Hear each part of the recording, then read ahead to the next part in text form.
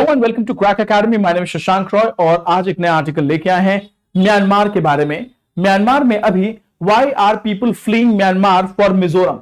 Myanmar से लोग लगातार मिजोरम में भाग के आ रहे हैं। इसका रीजन क्या है?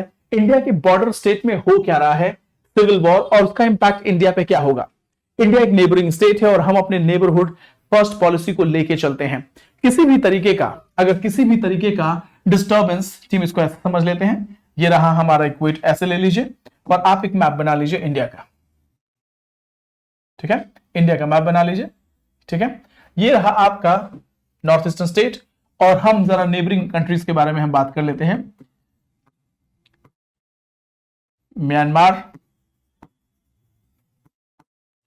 बांग्लादेश, श्रीलंका, भूटान, नेपाल, पाकिस्तान, मालदीव्स एंड मॉले। नाउ इन सारे आर्टिकल्स को, इन सारे कंट्रीज को अगर आप देखेंगे तो इंडिया अपने नेबरहुड फर्स्ट पॉलिसी के अंतर्गत अपने नेबरहुड कंट्री को हमेशा सपोर्ट करता है। नाउ एक चीज और भी है कि ये सारी कंट्रीज को अगर आप देखें तो these countries are not military super powers, but इन कंट्रीज में किसी भी तरीके का सोशल, पॉलिटिकल और इकोनॉमिक अपहीवल जब भी होगा तो उसका इंपैक्ट इंडिया पे देखने को मिलेगा। Social, economic and political turmoil जब भी होगा इन सारी कंट्रीज में या डिस्टर्बेंस होगा तो उसका इंपैक्ट इंडिया पे पड़ेगा, जिसको हम स्पिल ओवर इफेक्ट कहते हैं। जिसको हम कैस्केडिंग इफेक्ट कहते हैं। ठीक है, स्पिल ओवर इफेक्ट जिसको हम कैस्केडिंग इफेक्ट कहते हैं, जिसको हम डोमिनो इफेक्ट कहते हैं। ठीक है, इस तरीके से क्या है, इंडिया के नेबरहुड में जो भी चीजें हो रही हैं वो इंडिया को इंपैक्ट करेंगी। अब कुछ रीजनल ग्रुपिंग है जिनको आप याद कर लीजिए, जैसे आप सार्क के थ्रू आप कंट्रीज का नाम याद रख सकते हैं। आप आसियान को याद रख लीजिए, ठीक है, उसमें म्यांमार भी आ जाएगा। आप बिम्स्टेक को याद रख लीजिए, बिम्स्टेक याद रख लीजिए। उसके अलावा Indian Ocean Rim Association for Regional Cooperation को याद रख लीजिए। इससे बेनिफिट क्या होगा, इससे इंडिया के नेबरहुड कंट्रीज के बारे में आपको पूरा याद रह जाएगा कि कौन सी कंट्री कहां लोकेटेड है। हम सब जानते हैं म्यांमार में तख्ता पलट हो चुका है और पिछले कुछ सालों से लगातार मिलिट्री जनता रूल कर रही है। नाउ आंग सान सू ची जो प्रो डेमोक्रेसी आइकॉन है वो पिछले कई सालों से जेल में बंद है। अब उनको हाउस अरेस्ट किया गया है। किसी भी तरीके के ह्यूमन राइट, किसी भी तरीके के डेमोक्रेटिक इंस्टीट्यूशन को फंक्शन नहीं करने दिया जा रहा है आर्मी के द्वारा म्यांमार में। इस कंडीशन में बहुत से रिबेल ग्रुप जो है वो एक साथ इकट्ठे हुए हैं और इस बार पहली बार म्यांमार मिलिट्री गवर्नमेंट के सामने इतना बड़ा चैलेंज है कि वो इन रिबेल ग्रुप को फेस नहीं कर पा रहे हैं, जिसके चलते बड़े लेवल पे जो है म्यांमार से माइग्रेशन हो रहा है जो इंडियन स्टेट्स को इंपैक्ट कर रहा है और स्पेशली मिजोरम। एक बार अब चलते हैं आर्टिकल्स को समझते हैं। Civil war in Myanmar and refugee influx of Mizoram. लगभग 1500 म्यांमार नेशनल जो है वो रिफ्यूजी के तौर पे इंडिया के चांफाई डिस्ट्रिक्ट में 13 नवंबर को घुसा है।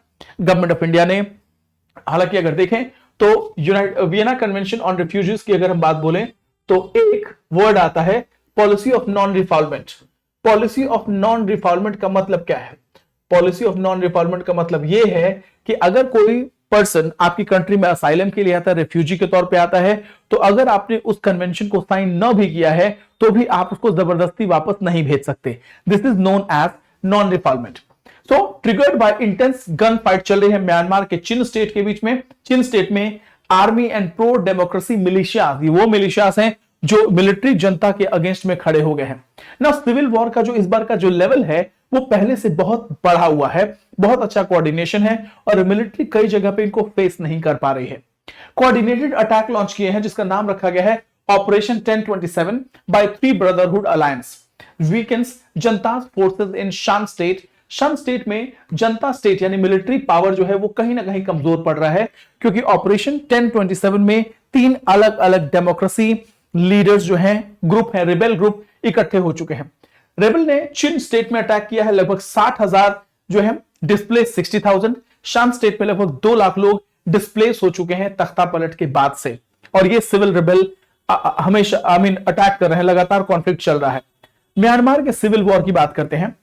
फरवरी 2021 को State Administration Council leads to collapse of democratic phase. उसके बाद से स्प्रिंग रेवोल्यूशन लॉन्च होता है, प्रोटेस्ट होते हैं और उसके बाद सिविल स्टेट एडमिनिस्ट्रेशन को जो है काउंसिल को कोलैप्स कर दिया जाता है और डेमोक्रेटिकली इलेक्टेड गवर्नमेंट को डिसबैंड कर दिया जाता है और मिलिट्री पूरा कंट्रोल जमा लेती है म्यांमार में।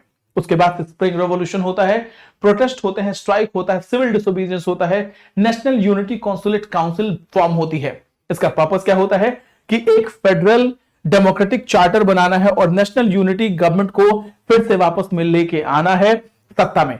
इस तरीके से 3 अलग अलग ऑर्गेनाइजेशन इकट्ठे होते हैं सिविल रेबेल के लिए। जनता का रिस्पॉन्स यानी मिलिट्री का रिस्पॉन्स क्या होता है? मिलिट्री इन तीनों ऑर्गेनाइजेशन को NUCC, national unity consultative council, उसके अलावा federal democratic charter and national unity government in April 2021, इन सब को जो है बैंक ये सब इकट्ठे होते हैं। मिलिट्री जनता का रिस्पॉन्स क्या होता है? वॉलेंटली इस पीसफुल मूवमेंट को, स्प्रिंग रेवोल्यूशन को वो सप्रेस करना चाहते हैं for the creation of People's Defence Forces. PDF और रिबेल जो है काउंटर अटैक लॉन्च कर देते हैं सितंबर 21 में और इस तरीके से एक सिविल वॉर का कंडीशन आ जाता है मिलिट्री जनता के बीच में और सिविल रिबेल के बीच में। जनता जो है काउंटर इंसर्जेंसी स्ट्रेटजी अपनाती है, targeting civilians and resistance forces. इस तरीके से military instead of going for the dialogue, बातचीत के बजाय, समझौते की बजाय मिलिट्री जनता जो है counter insurgency in civil rebels के अगेंस्ट में लॉन्च कर देती है और उसके बाद से सिविलियंस को टारगेट करती है, रेजिस्टेंस फोर्सेस को टारगेट करती है और बहुत से लोगों की जान आती है और बहुत बड़े लेवल पे लाखों लोग डिस्प्लेस हो जाते हैं और उसका स्पिल ओवर इफेक्ट इंडिया पे देखने को मिलता है। एथनिक ऑर्गेनाइजेशन एंड रिस्पॉन्स की बात करते हैं। Pro coup ethnic dynamics, ethnic arm group का क्या कहना है? इनको सिर्फ फेडरल ऑटोनॉमी चाहिए, they don't want to be under military junta. दूसरी चीज, ceasefires allowed groups autonomy in minority areas during the democratic phase, लेकिन डेमोक्रेटिक फेज आंग सान सूची की सरकार का तख्ता पलट करने के बाद से इन लोगों का डेमोक्रेटिक फ्रीडम खत्म हो गया, इनके राइट्स खत्म हो गए and that's how they rose in revolt. अब पोस्ट कूप रिस्पॉन्स की बात करते हैं। डाइवर्जेंट रिस्पॉन्सेज आ रहे हैं एनयूसी की तरफ से। कारेन, काचिन, चिन एंड कारिनेनी जो है वो एनयूसी को सपोर्ट करते हैं। उसके अलावा 8 अलग अलग ग्रुप हैं, आरसीएस, एनएमएसपी, पीएनएलओ जो सीज फायर स्टेटस को मेंटेन करते हैं और अलग अलग ग्रुप हैं जो जनता को प्रोवोक करते हैं और इस तरीके के आर्म्ड रिवोल्ट में इन्वॉल्व हैं।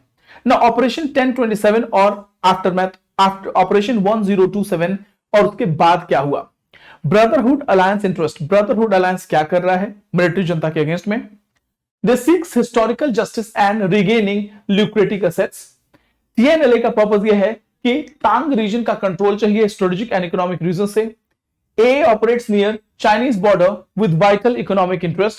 तो इस तरीके से ब्रदरहुड का जो अलायंस है, इन अलग अलग अलायंस के अलग अलग इंटरेस्ट हैं and that's why they are fighting, giving a big challenge to military junta. Junta के ऊपर क्या इंपैक्ट पड़ा है?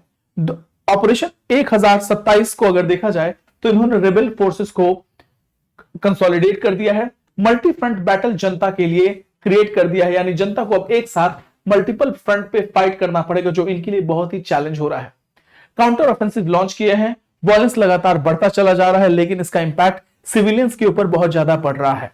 सो इसको अप्रिशिएट नहीं किया जा रहा है। आसियान कंट्रीज हैज सेड कि म्यांमार को, मिलिट्री जनता को इमीडिएटली एक डेमोक्रेटिक सॉल्यूशन लेके आना पड़ेगा। चाइना का क्या रिस्पॉन्स है? क्योंकि चाइना की इमीडिएट बाउंड्री म्यांमार के साथ लगती है। चाइना म्यांमार का एलाई है और सिसेशन की बात करता है लेकिन किसी भी तरीके के रिबेल एक्शन को टॉलरेट कर रहा है जो कि उसके इलिसिट एक्टिविटीज को दिखाता है। चाइना म्यांमार का एलाई है लेकिन रिबेल एक्टिविटीज को किसी भी तरीके से चाइना ने अपोज नहीं किया है। चाइना का इंटरेस्ट किससे लिंक्ड है? चाइना म्यांमार इकोनॉमिक कॉरिडोर से, जिसके चलते चाइना इन रिबेल ग्रुप को सपोर्ट कर सकता है। चाइना का आगे चल के क्या स्टेंस होगा ये डिपेंड करता है कि किस तरीके का कॉन्फ्लिक्टिंग सिचुएशन है, but at this point in time China is supporting the rebel group और चाइना स्ट्रेट अवे मिलिट्री जनता को क्रिटिसाइज भी नहीं कर रहा है। रीजनल डायनेमिक्स क्या है, यानी association for south Asian nation का क्या कहना है? आसियान डिफरेंसेस ओवर कू, इंडिया डेमोक्रेसी को सपोर्ट करता है और इसके रेस्टोरेशन की बात करता है, लेकिन इस मामले में इंडिया अपना न्यूट्रल स्टैंड मेंटेन करता है। आसियान के लोग भी चाहते हैं कि जल्दी से इसमें डेमोक्रेटिक लीडर को रिलीज किया जाए और डेमोक्रेटिक इंस्टीट्यूशन को एस्टैब्लिश किया जाए। ये इंडिया और आसियान दोनों चाहते हैं। चाइना ने अपना एक हिडन सपोर्ट दिया है रिबेल ग्रुप को और ओपनली क्रिटिसाइज करने से बच रहा है। बहरहाल जो भी बातें हों, एक बात समझने वाली है कि किसी भी तरीके का अनरेस्ट अगर इंडिया के नेबरिंग कंट्रीज में होगा तो उसका स्पिल ओवर इफेक्ट इंडिया पे पड़ेगा, and this is what reality is. This is it. आज के बाद हम फिर से चलते हैं, नए टॉपिक के साथ मिलेंगे। तब तक के लिए thank you so much, God bless you all and जय हिंद जय भारत।